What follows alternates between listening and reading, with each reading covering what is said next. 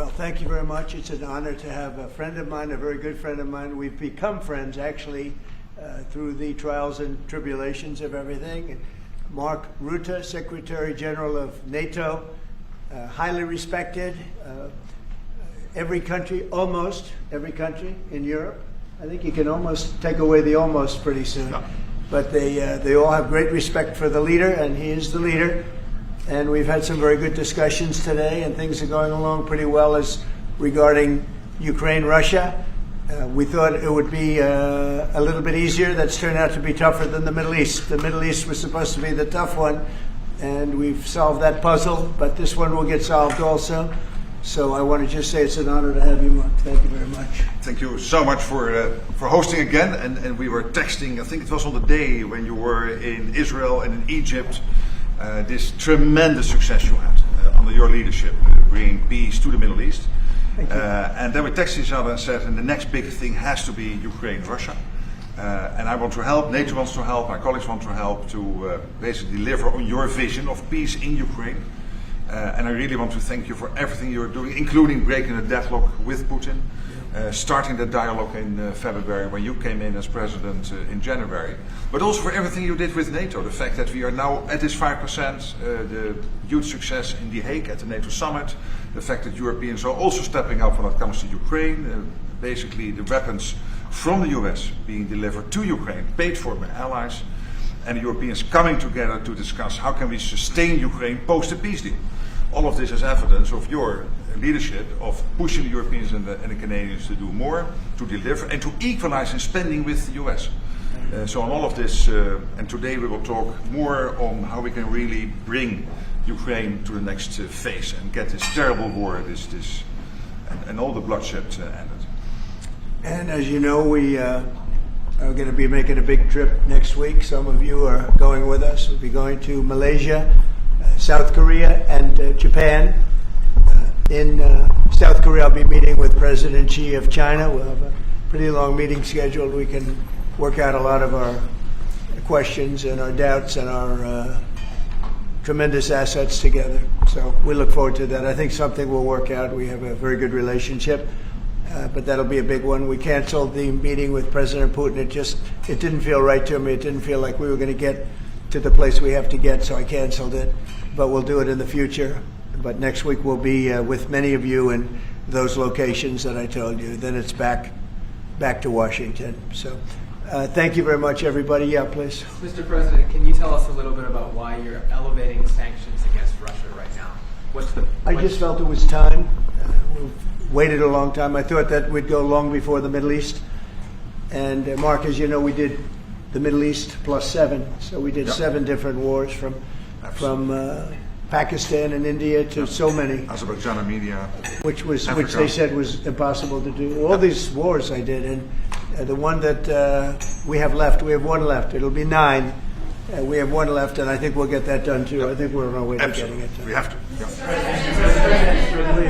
Mr. President, do you have a timeline for when you think the story is going to be over because of your leadership? No, I don't have a timeline. You can't have in war. It's hard to have a timeline. You know, so many things happen in war. Go ahead. What about Tomahawk missiles? Putin is definitely afraid the problem with the Tomahawk that a lot of people don't know, it'll take a minimum of 6 months, usually a year, to learn how to use them. They're highly complex. So the only way a Tomahawk is going to be shot is if we shot it, and we're not going to do that. But there is a tremendous learning curve with the Tomahawk. It's a very powerful weapon, very accurate weapon, and maybe that's what makes it so complex. But it will take a year. It takes a year of intense training to learn how to use it. And we know how to use it, and we're not going to be teaching other people. It's too far out into the future. Yes, Mr. President. Yes, I saw, Mr. President, that you said as recently as yesterday that you still believe that Putin wants to end the war. Yeah, and today I do. You took this step to ratchet the sanctions and put more pressure on him. What else are you going to do to encourage him to get there, or can you explain why you do believe he wants peace? Yeah, it's a good question. Today is a very big day in terms of what we're doing. Look, these are tremendous sanctions. These are very big. Those are against their 2 big oil companies. And we hope that they won't be on for long. We hope that the war will be settled. We just answered having to do with the various forms of missiles and everything else that we're looking at, but we don't think that's going to be necessary. We would like to see them just take the line that has been formed over quite a long period of time and go and let's go home. Last week they had almost 8,000 soldiers killed. Many Russians were killed last week. Many Ukrainians were killed last week. We think it's ridiculous and would like to have it end. Why do you think you want peace, though? Why do you still believe that?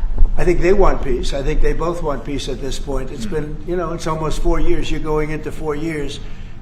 And if I were president, it never would have started. But yeah, it's time. Mr. President, on the shutdown, do you plan to meet with Democrats before you head to Asia? And if not, why not meet with Democrats? Well, I think it's a shame that it's shut down because we have the greatest economy, as you were saying before. We have the greatest economy in the world right now, by far, the United States. We have almost 18, now it was 17, now it's $18 trillion being poured into our country, and it's no time for shutdowns. I don't think it's affecting what we're doing, but it's too bad for a lot of people. We have a lot of good people that aren't working right now that should be, and it's because the Democrats want to try and renegotiate a deal that they had negotiated. They want $1.5 trillion given to illegal immigrants who came into the country, and it's going to hurt the health care of citizens of our country that have been paying into it, that have been working hard for it, that really deserve it. So we're never going to do that. It's not going to happen. And I will tell you, there are a lot of good Democrats that really want to make a deal. And I think all we need is 5 Democrats because we have a great support on the Republican side. So I think we need 5 Democrats, and there are a lot of them that want to make a deal. So I think at some point, common sense will prevail. Yeah, go ahead, you can finish up. On the drug boat strike in the Eastern Pacific, Yeah. can you explain to us what that was about, how it was conducted? Yeah, sure. Well, they had one today in the Pacific. And the way I look at it every time I look, because it is violent, and it is it's amazing that the weaponry, that everyone, they have these boats that go 45, 50 miles an hour in the water. And when you look at the accuracy and the power, look, we have the greatest military in the world. We have the greatest weapons in the world. And you see a little bit of it there. One shot, everyone dead center. And the only way you can't feel bad about it is you realize that you won't feel badly about it, is you realize that every time you see that happen, you're saving 25,000 American lives. Every one of those boats that gets knocked out is saving 25,000 American lives, not to mention the torn up families all over the country. And whenever I see that, I say to myself, I just saved 25,000 lives. I will say that there are very few boats traveling on the water right now. Actually, that includes fishing boats, that includes any other kind of boat. But there are very few boats traveling on the water. So now they'll come in by land to a lesser extent, and they will be hit on land also. Go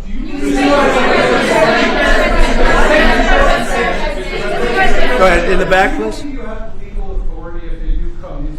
Yes, we do. We have legal authority, right? We're allowed to do that. And if we do by land, we may go back to Congress. But we have, this is a national security problem. They killed 300,000 people last year. These drugs coming in. They killed 300,000 Americans last year, and that gives you legal authority. We have a national security really, I will say this. When you look at the people we're dealing with, and we know them, we know the people coming in, we know the boats, we know everything else. We're allowed to do it.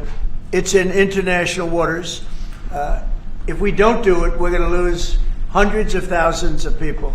Now, they'll be coming in by land a little bit more because they're not coming in by boat anymore. There are no boats in the water. There are no more boats. We know the boat almost immediately. It's pretty unusual when you see somebody with a fishing rod and 5 engines on the back of the boat. You don't need that to go fishing. Wait. And we will hit them very hard when they come in by land. And they haven't experienced that yet, but now we're totally prepared to do that. We'll probably go back to Congress and explain exactly what we're doing when we come to the land. We don't have to do that, but I think, Marco, I'd like to do that. You may respond to that if you want. Yeah, well, I mean, the question is, bottom line, these are drug boats. If people want to stop seeing drug boats blow up, stop sending drugs to the United States. But does it matter if it's in the United States? Well, these are all in international waters. The Can boat. you do a strike in the United States, or if we're the Well, that's a different matter. Now you're talking about a law enforcement matter. In this particular case, there are people traveling on international waters headed towards the United States with hostilities in mind, which includes flooding our country with dangerous, deadly drugs. And they're going to be stopped. And that's what's happening. And in the case last week, you saw there was a submarine. It was a submarine. It was a submersible. That's a drug boat all the way through. We know what these boats are. The president just said it. We track them from the very beginning. We know who's on them, who they are, where they're coming from, what they have on them. If you're running drug boats, you're in grave danger. And drug usage is way down, and drug usage coming from the sea, they call it ocean drugs, a little term that they use, the ocean drugs, is very close to non-existent right now. I wouldn't want to be in one of those boats heading away. They're driving happily to destroy the lives of people, and that's the end of them. So the ocean drugs and the sea drugs, drugs by sea they call it also, that's almost down to nothing, as you can imagine. So they continue to come in by land at a little bit less because they see something is going to happen. They don't like it. They see something, and they're right. Something very serious is going to happen. The equivalent of what's happening by sea. And we're going to Congress just to tell them what we're doing, just to keep them informed. We have to do it for national security. We have to do it to save lives. Secretary Bessent said that Vladimir Putin had not been honest and forthright in his talks with you. Just wondering if you could tell us a little bit more about your feelings about that, and also, if I may, to Rutte, just your thoughts on whether Ukraine should get Tomahawks. Thank you. Well, I think that in terms of honesty, the only thing I can say is every time I speak with Vladimir, I have good conversations, and then they don't go anywhere. They just don't go anywhere. So in that sense, but no, look, he's fighting a war. He's in a war. That's two very competent sides, and that's the way war is. You never know with war, but I would say that it's time to make a deal. A lot of people are dying. They're not Americans, but they're people. Their souls, and they're dying by the thousands, worst since World War II, and we really should stop it. And to your other question, yes. Please. Sorry, to your other question, this has been consistent from this president when we first met again after your re-election in Mar-a-Lago in November. You said we have to stop the killing. This is close to your heart, and this is your vision. That's why this war needs to end. When it comes to Tomahawks, whatever system, it's up to individual nations to decide whatever they want to supply to Ukraine. NATO doesn't take a position, but I can assure you this.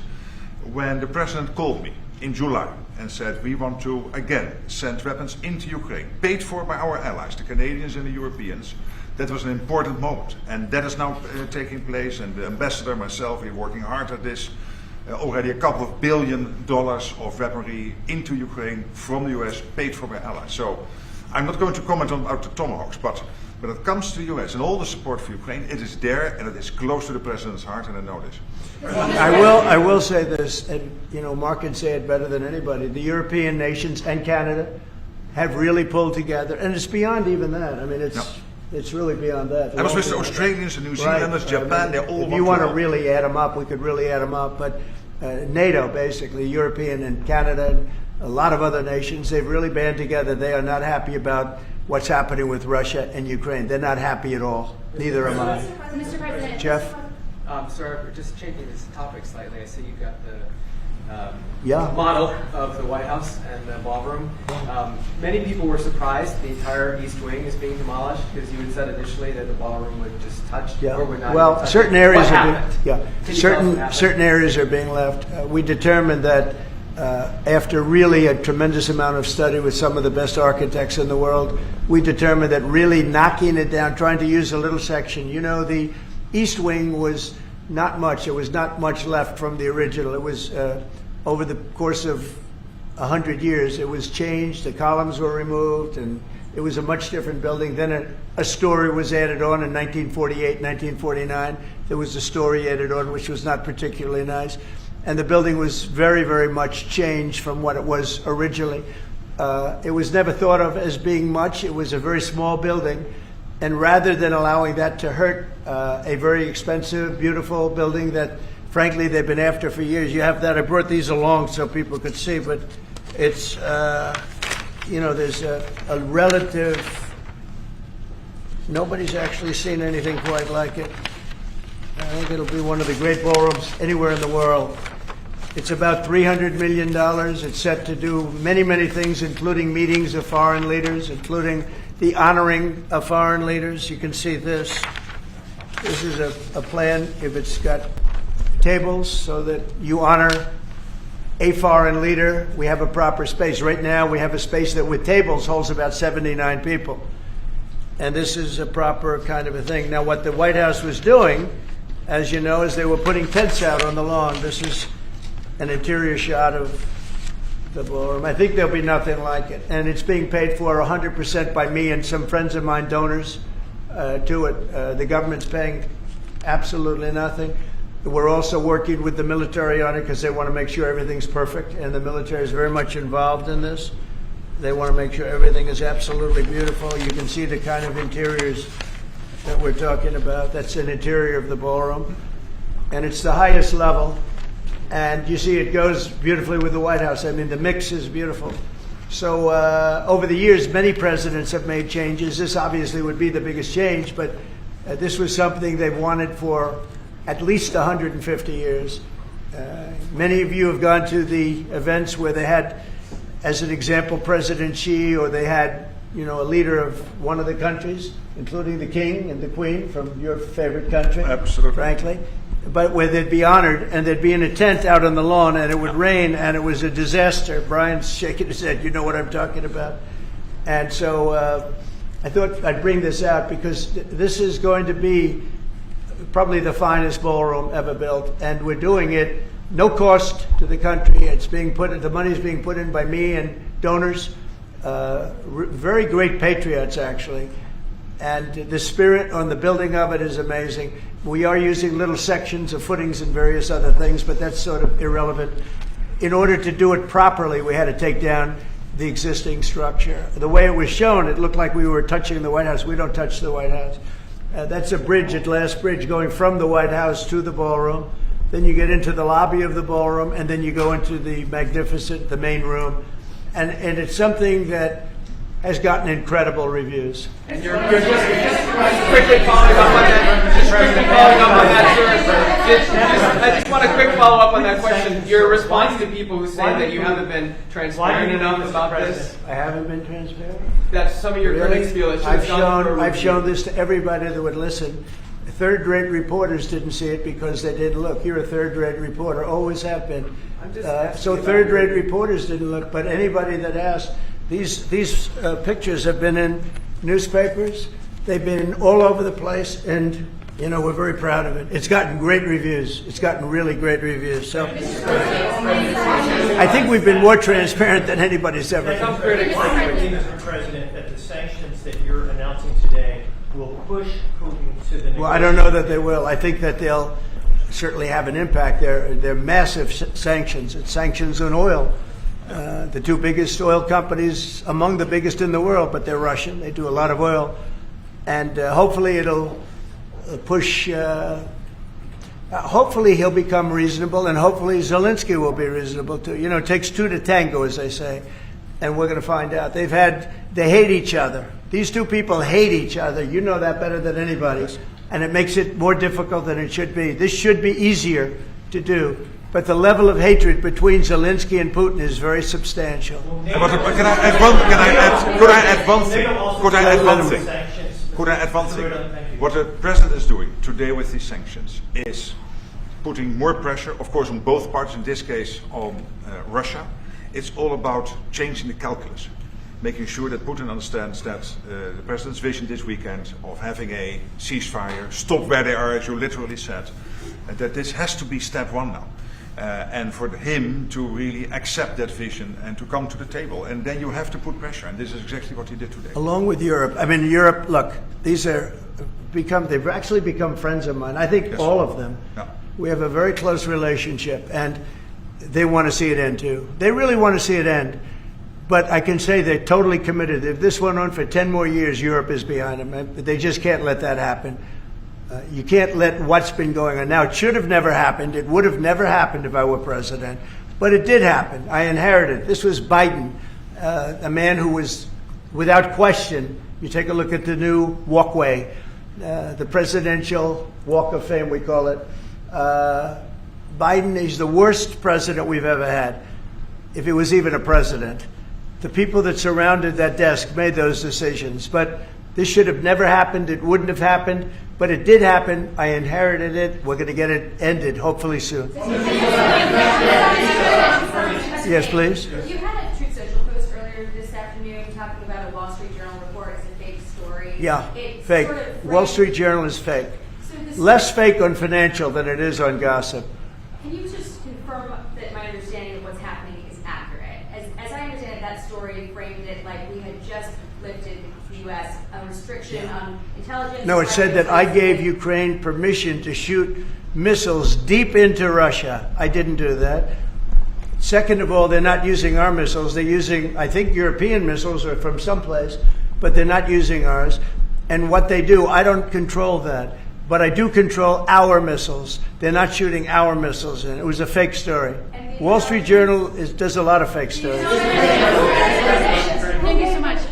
The president of Colombia in a recent interview said that if you won't change, he thinks that people should get rid of you. We're talking about now Colombia, the country, not the university. Yes. Go ahead. He said what? He said that if you won't change, then perhaps you need to be gotten rid of. Do you view that as a threat? Well, he's a thug and bad guy. He's a guy that is making a lot of drugs. We've just, as of today, stopped all payments going to Colombia, the country Colombia. Also, the school Colombia. No, we settled.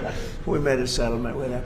But no, he's a thug, and he's a bad guy, and he's hurt his country very badly. They're doing very poorly, Colombia. They make cocaine. They have cocaine factories. They grow all sorts of crap that's drugs, bad drugs coming into the United States, goes generally through Mexico. And he better watch it or we'll take very serious action against him and his country. His country is, what he has led his country into is a death trap. Please. Has the Secretary General presented his Ukraine peace plan to you? Are you prepared to be chairman of the board of peace? Oh, there is no Secretary General peace plan. But I'm here, I really want to correct it because I saw some of that in the media. Of course, many people are thinking how to bring this terrible war to an end and supporting the President in doing that. Why I'm here is to dialogue again with the President how I can be, how NATO, my colleagues and other colleagues in NATO can be of maximum support to get that done. But there is no peace plan on the table. If there is a peace plan, it is what the President said last Friday and Sunday, which is stop where you are. Stop the fighting. This is about NATO. We're a very proud member of NATO. We have a great relationship with the countries of NATO. I think made much better by our visit a few months ago when they agreed to 5% instead of 2% of GDP. That was a big concession. I think that was a concession that 2 years ago nobody would have said, even a year ago. Even 9 months ago, before you were elected. Yeah, they would have said that's not possible. Absolutely. And the difference is they're paying 5% as opposed to not paying 2%. A lot of them weren't paying, with the exception of Spain. I think you're going to have to talk to Spain because Spain is not a team player.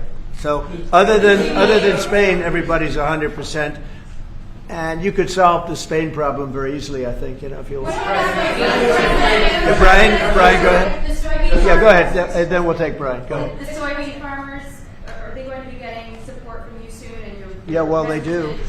So what's happened, you could say with that, you could say with beef, with all of it. The beef, the ranchers, let's say, who have done a great job, have lost their shirts for many, many years. They've really been decimated. And I helped them a lot. I put tariffs on things coming in to the country, including beef. And that gave them a chance to finally have a decent industry. We are going to be talking to them. They're great people, but they've been hurt for 25, 30 years. They've been losing because other countries have taken advantage of them. And by putting tariffs on, they've been able to make a few dollars. They've been able to have an industry. But I also want to keep the beef prices low. So I'll be talking with the ranchers, and I'll be speaking with a lot of different people, including Scott and Howard, and we'll do something. Because prices are way down in our country. Energy is way down. I think you're going to see $2 gasoline very soon. I see that it's $2.50 in a lot of places, $2.50. We were heading to $5, $6, and $7 If Biden didn't go back to my policy toward the end, you would have seen, but he didn't go back to the full policy, and he missed the most important thing. So we were up to, we were way up. I think you're going to see $2 gasoline. We couldn't even break that number. That's a big difference. The only cost that's really up is beef, and the fake news only wants to talk about beef. And what I did is I made it possible for those people to survive. They're incredible people. But they were being decimated by other countries, and I didn't want that to happen. So prices are way down, groceries are down, everything's down, energy's way down. Even interest rates with a bad chairman of the Fed. He's terrible. He's a fool. But even interest rates are down. So our country has never done better. We're going to take in, I think, $21 trillion this year. No country has ever taken in more than $3. And we're going to take in $21 trillion of investments because of the tariffs. If we didn't have tariffs, we would be a mess. We would be a national security problem. And we've done a job. So I'm very happy about that. We're going to do something very quickly and easily on beef to get it down. The ranchers understand that. They're so happy for what I've done. I saved them. I don't think you'd have any beef in this country if I didn't do that. So we're very proud of that. Yeah, Brian? Yes, sir. Yesterday in Los Angeles, immigration officials were attacked by some protesters. Yeah, sure. In attempt to arrest an illegal alien.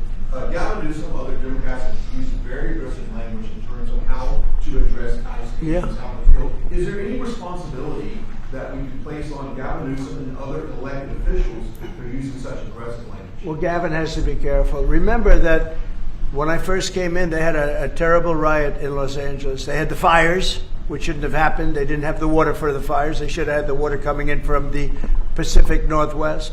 They didn't have the waters. They didn't have water in the hydrants or the sprinklers.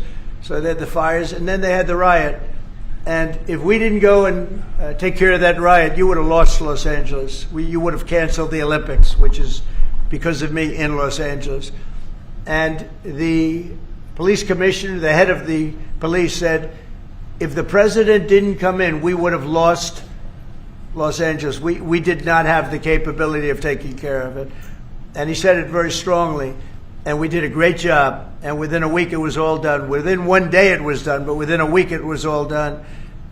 And then they go back to their normal practice of weakness, of not taking care of criminals, meaning taking care of putting them in jails where they should be. Washington, D.C., and you all are the best people for that, because Washington, D.C. is now one of the safest cities. It was one of the most dangerous cities in the country. Now Washington, D.C., believe it or not, I'm embarrassed to say it in front of you, but Washington, D.C. went from one of the worst, most dangerous cities to you can walk down the street, you can send your child to meet you at a location. Your child is going to be fine. We have a very, very safe city, one of the safest, and very proud of that. Memphis, by the way, is coming along fantastically. We're in Memphis right now. We had the FBI in Chicago. We're doing things. We haven't served Chicago yet. When we do, Chicago will be very quickly a very, very safe city. But if you look at what's happening in Memphis, it's great. But you got to look at Washington. People are coming up to me, people that work in the White House, they're saying, thank you, sir. And I immediately know what they're thanking me about. It's thanking, they can walk to work. They would never walk to work a year ago. They can walk into work and they feel safe and secure, and it's beautiful. And I'll tell you what, it's really an honor to add that great ballroom to the structures in Washington. It's going to be one of the great ballrooms of the world. And I think it's going to be something you're all going to be very proud of. That's coming up with President Xi. What do you hope comes out of that meeting? What deliverables? I think we'll make a deal. I think we're going to make a deal on the rare earth is the least of it. Look, the tariffs are much more powerful than the rare earth. The rare earth is a disturbance, but there's a lot of rare earth around. I'll tell you, I've had more calls on rare earth. We've got it. Everybody's. We'll make a deal on, I think, everything. I think we're going to make a deal on soybeans and the farmers. I think we're going to make a deal on maybe even nuclear.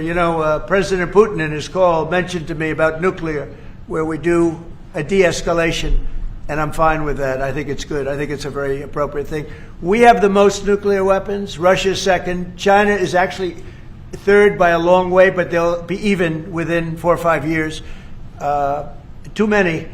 and we are talking about de-escalation. That's already being talked about. Can you convince And I think we'll probably add China into the mix. Mr. President, can you convince President Xi to stop purchasing all of that Russian oil that's funding this war against Ukraine? Well, I think I'll be talking to him about it. I think it's a little bit of a different talk. India, as you know, has told me they are stop. You know, it's a process. You can't just stop it. But by the end of the year, they'll be down to almost nothing. That's a big thing. That was almost 40% of the oil. India, they've been great. Spoke to Prime Minister Modi yesterday. They've been absolutely great. China's a little bit different. You know, they're a little bit different relationship they have with Russia. It was never good, but because of Biden and Obama, they got forced together. They should never have been forced together, but they're a little bit forced. But they're by nature, they're not. They can't be friendly. They can't be friendly. By nature, they can, I hope they are friendly, frankly, but they can't be. You should not have forced Russia and China together. And Biden did that, and Obama did that. They forced them together because of energy, because of oil.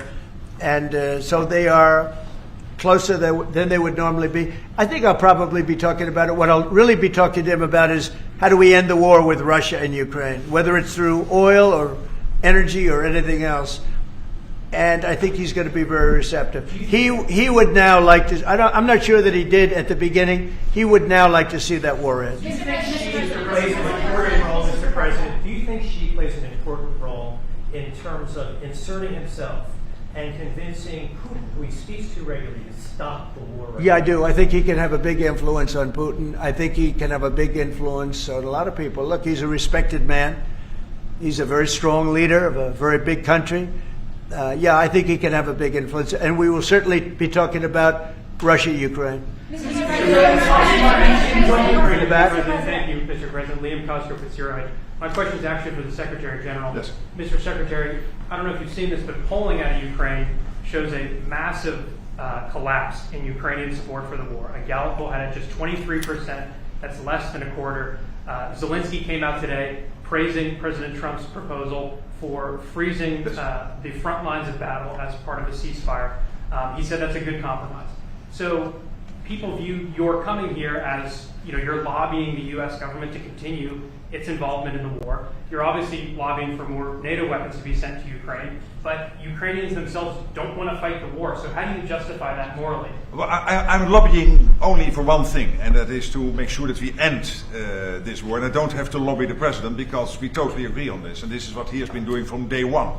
Everything he could do to break the deadlock with Putin, get the dialogue going, dialoguing also with Zelensky, and getting this war done. It's crucial. And the fact that the US is now supplying weapons into Ukraine, paid for by allies, is extremely important. And that's now happening since 2-3 months. About 2 billion moving into Ukraine. The war hasn't wound down. Why do you think that'll wind it down now? What do you mean? Do you think more weapons will wind down the war?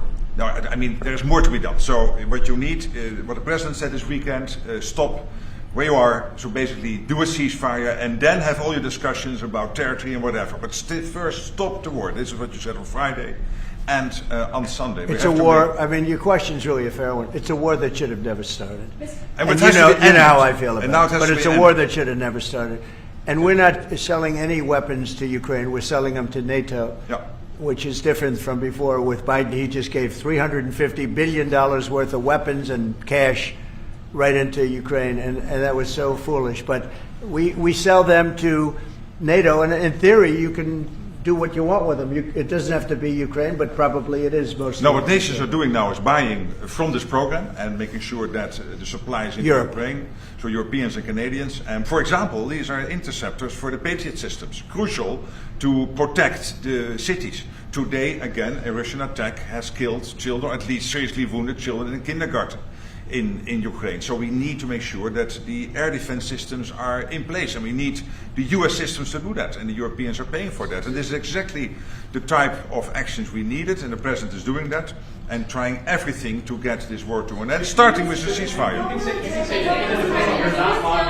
that Putin wants to take all of Ukraine? I always felt that way. I always felt he wanted to. When I was in my first term, I was I was very close to him, relatively speaking. It was harder because of the Russia hoax. But I would talk to President Putin about Ukraine, and it was the apple of his eye. I'd say it was the apple of his eye, but it would have never happened. He knew the consequences were too great. When we had a rigged election and all of a sudden I wasn't there, he said, wow, I think he looked at Afghanistan, how horribly that was handled, so stupidly. And I think that really gave him a little additional, incentive. I always felt he wanted the whole thing, not a piece of it. But I think now he's willing to negotiate a little bit further, and I think he's willing to make a deal. We'll see. We'll see. We don't want him. We don't want him to have the whole thing. Go ahead, please.